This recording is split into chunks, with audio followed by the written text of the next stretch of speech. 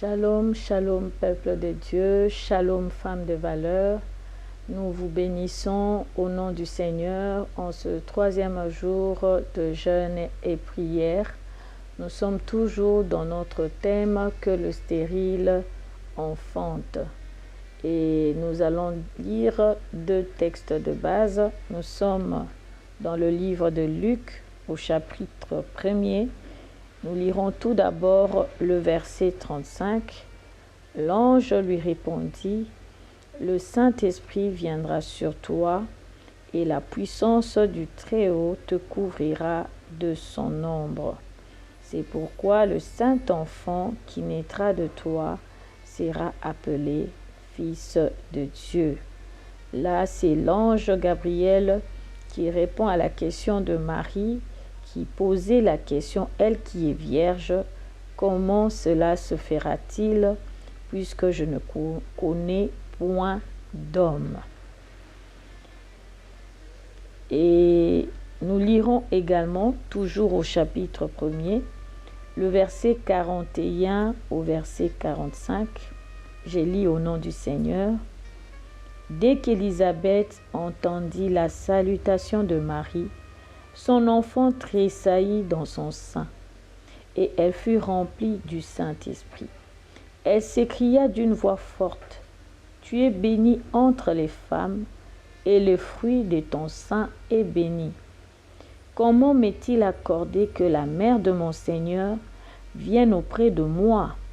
Car voici, aussitôt que la voix de ta salutation a frappé mon oreille, l'enfant a tressailli d'allégresse dans mon sein.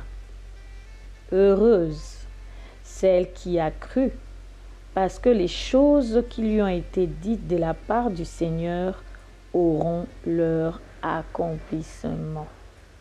Amen. En ce troisième jour, il y a une femme qui se pose la question de savoir comment cela se fera-t-il. Après tout ce que les médecins ont dit, comment cela se fera-t-il? Après toutes les réponses négatives qui ont été données après le dépôt de chaque projet, il se pose la question de savoir comment se fera-t-il. Après plusieurs échecs dans ses études, il se pose la question de savoir comment cela se fera-t-il. Après plusieurs recours, toujours avec des réponses négatives, il se pose la question de savoir comment cela se fera-t-il. Alors que, selon les principes et les lois établis dans un pays ou dans une contrée, vu sa condition, se pose la question de savoir comment cela se fera-t-il pour que lui puisse retrouver le droit ou régulariser ses conditions. Et l'ange répond, « Le Saint-Esprit viendra sur toi et la puissance du Très-Haut te couvrira de son ombre. » Telle est la pensée de Dieu pour nous ce matin. Le Saint-Esprit est déjà avec toi. La puissance du Saint-Esprit te couvre de son ombre. Si et seulement si tu crois. Si tu crois, tu verras la manifestation de la puissance du Saint-Esprit dans ce cas où tu trouves que c'est impossible d'agir, c'est impossible d'opérer, c'est impossible que cela puisse se réaliser. Parce que Marie s'est retrouvée dans le cas où elle est vierge et lui dit qu'il sera enceinte. Chose impossible aux yeux des hommes.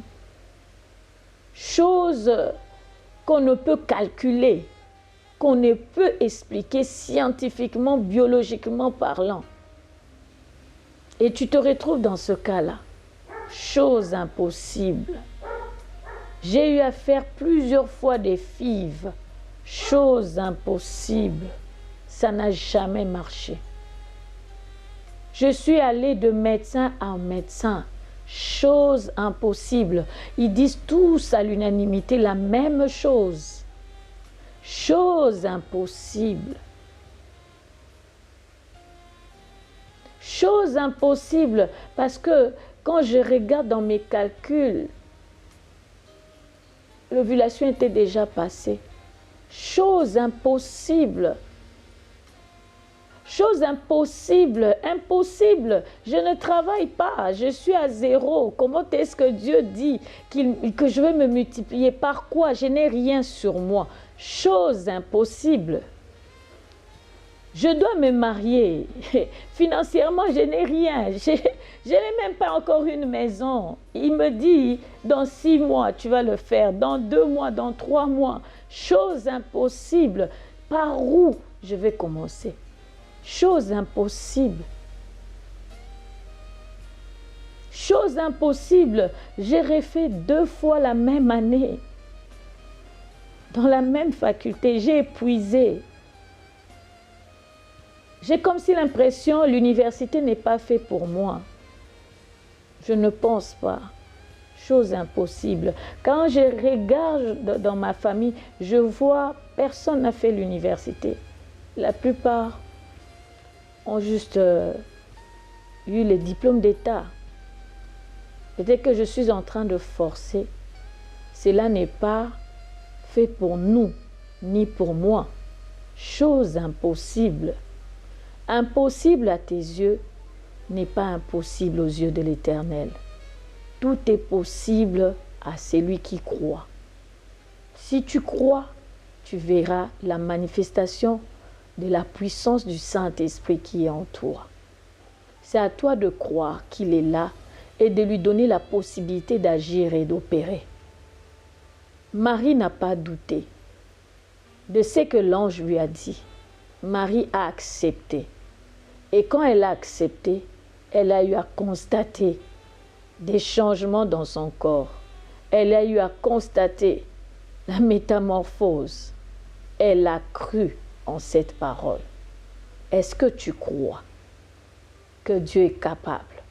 Est-ce que tu crois qu'il peut agir au-delà des calculs humains, au-delà de la science? Bien-aimé, la volonté de Dieu ne peut être freinée par la nature. Quand Dieu décide d'agir, quand Dieu décide d'opérer, il va au-delà de la science, il va au-delà des principes naturels et il agit et il opère comme il a eu à le faire avec Marie. Pour faire comprendre que réellement c'est la puissance de Dieu qui agit, qui opère. En son rencontre avec Élisabeth, l'enfant qui est dans son ventre tressaillit. Parce que Élisabeth a senti la présence du Saint-Esprit, a senti cette puissance qui était en Marie et qui s'est dégagée et il y a eu le transfert. Bien-aimé, j'aimerais te dire que ce n'est ni par ta force, ce n'est ni par tes calculs, ce n'est ni par tes réflexions, mais c'est par la puissance du Saint-Esprit que tu peux enfanter. Que c'est par la puissance du Saint-Esprit que tu peux vivre le miracle. C'est par la puissance du Saint-Esprit que tu peux vivre les promesses de Dieu. Élisabeth dit, « Heureuse celle qui a cru, parce que les choses qui lui ont été dites de la part du Seigneur auront leur accomplissement. » Si tu crois, tu verras l'accomplissement de ce que Dieu t'a dit.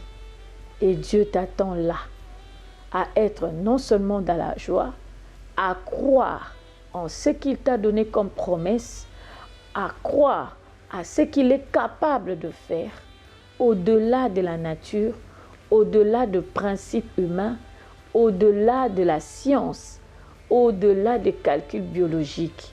Il est capable de te donner des enfants.